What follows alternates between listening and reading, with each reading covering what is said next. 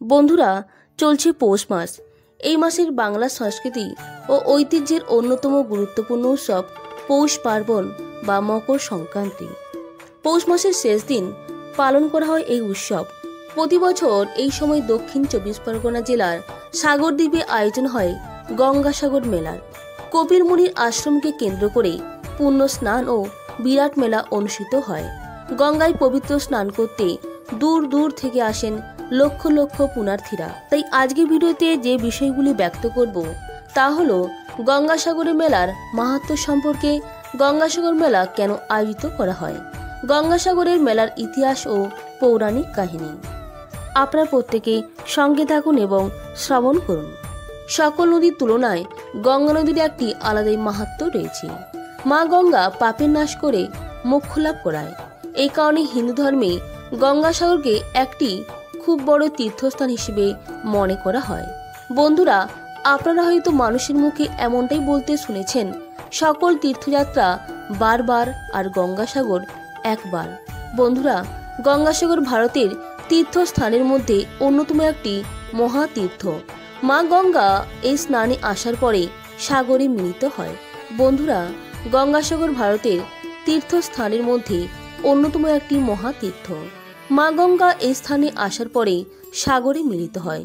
এই স্থানে রাজা সাগরের 60,000 পুত্রের মোক্ষ লাভ হয়েছিল। এখানে মকর সংক্রান্তির সময় অনেক বড় মেলার আয়োজন করা হয়ে থাকে।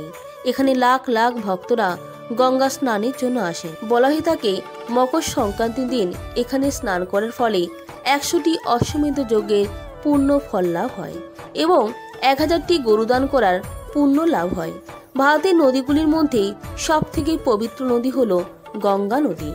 গঙ্গোত্রী হিমবাহ থেকে উৎপন্ন হয়ে পশ্চিমবাংলার উপর দিয়ে গিয়ে সাগরে মিলিত হয়। মা গঙ্গা যেখানে সাগরে এসে মিলিত হয় সেই স্থানটিকে গঙ্গাসাগর বলা হয়। একে আবার সাগরদ্বীপও বলা হয়ে থাকে। এই স্থানে আয়োজিত মেলাটি ভারতের বড় বড় মেলার মধ্যে একটি।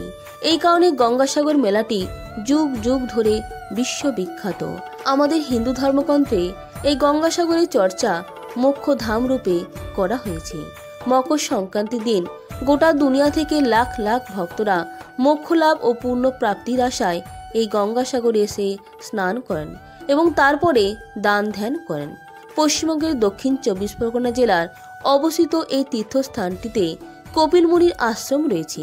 একদা কপিল মুনির ক্রোধাগ্নিতে সগর রাজার 60,000 পুত্র ভস্মীভূত হন এবং তাদের আত্মা নরকে নিক্ষিপ্ত হয়। সগরের পৌত্র ভগীরথ স্বর্গ থেকে গঙ্গাকে নিয়ে এসে সগর পুত্রদের ভস্মাবশেষ ধুয়ে ফেলেন সংক্রান্তির দিনে এবং তাদের আত্মাকে মুক্ত করে দেন। তারপর থেকেই মান্যতা রয়েছে এখানে মকর সংক্রান্তির দিনে পুণ্য স্নান করলে মোক্ষের মার্গ প্রশস্ত হয়। মনে করা হয় গঙ্গাসাগরে একটিবারের তীর্থযাত্রা অন্যান্য শত শত তীর্থযাত্রার সমান, আর সকল মানুষের কপালে এই গঙ্গাসাগরে পুণ্য স্নান করার সৌভাগ্য থাকে না। কিন্তু বন্ধুরা, এগুলি সব আগের কথা ছিল, যখন এই স্থানে পৌঁছানো খুবই কষ্টকর ছিল।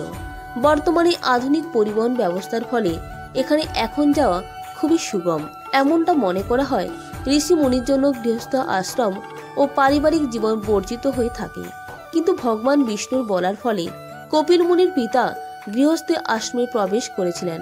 কিন্তু তিনি ভগবান বিষ্ণুর কাছে একটি শর্ত রাখেন যে এরকম অবস্থায় ভগবান বিষ্ণুকে তার পুত্ররূপে জন্ম নিতে হবে। আর ভগবান বিষ্ণুর সেই শর্ত মেনে নেন এবং কপিল মুনির জন্ম হয়। এরপর পরবর্তী সময়ে গঙ্গা এবং সাগরের মিলনস্থলে কপিল মুনি নিজের আশ্রম বানিয়ে তপস্যা করতে থাকেন। এই সময় রাজা সাগর অশ্বমেধ যজ্ঞের আয়োজন করেছিলেন। এরপর যজ্ঞের অশ্বগুলিকে স্বতন্ত্রভাবে ছেড়ে দেওয়া হয়েছিল। তখনকার দিনে এমনটা মানা হতো এই অশ্ব যেখান দিয়ে যাবে সেই রাজ্য যজ্ঞ করা রাজার অধীনতা স্বীকার করে। আর যদি কোনো রাজ্য এই অধীনতা স্বীকার না করে তাহলে সেই রাজ্যের রাজাকে যজ্ঞ করা রাজার সঙ্গে যুদ্ধ করতে হতো নিজের রাজ্য বাঁচানোর জন্য। রাজা সাগর সেই স্বতন্ত্র অশ্বদের সঙ্গে তার 60,000 পুত্রকে প্রেরণ করেছিলেন। কিন্তু হঠাৎই যজ্ঞের অশ্ব অদৃশ্য হয়ে যায়। অনেক খোঁজাখুঁজির পর ওই অশ্বগুলি কপিল মুনি আশ্রমে পাওয়া যায়। ফলস্বরূপ সাগরের পুত্ররা ঋষির উপর রাগ করে তাকে যা খুশি তাই বলতে থাকে, যার ফলে কপিল মুনি অত্যন্ত ক্রুদ্ধ হন আর তিনি তার নেত্রের ক্রোধের মাধ্যমে সকল পুত্রগুলিকে ভস্ম করে দেন। আর তারপরে সাগরের পৌত্র ভগীরথ স্বর্গ থেকে গঙ্গাকে নিয়ে এসে সাগর পুত্রদের ভস্মাবশেষ ধুয়ে ফেলেন মকর সংক্রান্তির দিনে এবং তাদের আত্মাকে মুক্ত করে দেন, আর সেই স্থানটি গঙ্গাসাগর নামে পরিচিত হয়। তারপর থেকেই মান্যতা রয়েছে এখানে মকর সংক্রান্তির দিনে পুণ্য স্নান করলে মোক্ষের মার্গ প্রশস্ত হয়। গঙ্গাসাগর মেলা পশ্চিমবঙ্গে আয়োজিত সব থেকে বড় মেলার মধ্যে একটি এবং অন্যতম। এই মেলাটির আয়োজন কলকাতার নিকটে হুগলি নদীর তীরে ঠিক ওই স্থানে করা হয় যেখানে রাজা ভগীরথ তার পূর্বপুরুষদের উদ্ধার করেছিলেন। এই মেলাটি প্রতি বছর বিশেষ করে পৌষ মাসের সংক্রান্তির দিনে আয়োজন করা হয়, কিন্তু তা সত্ত্বেও এই মেলা বেশ কিছুদিন থাকে।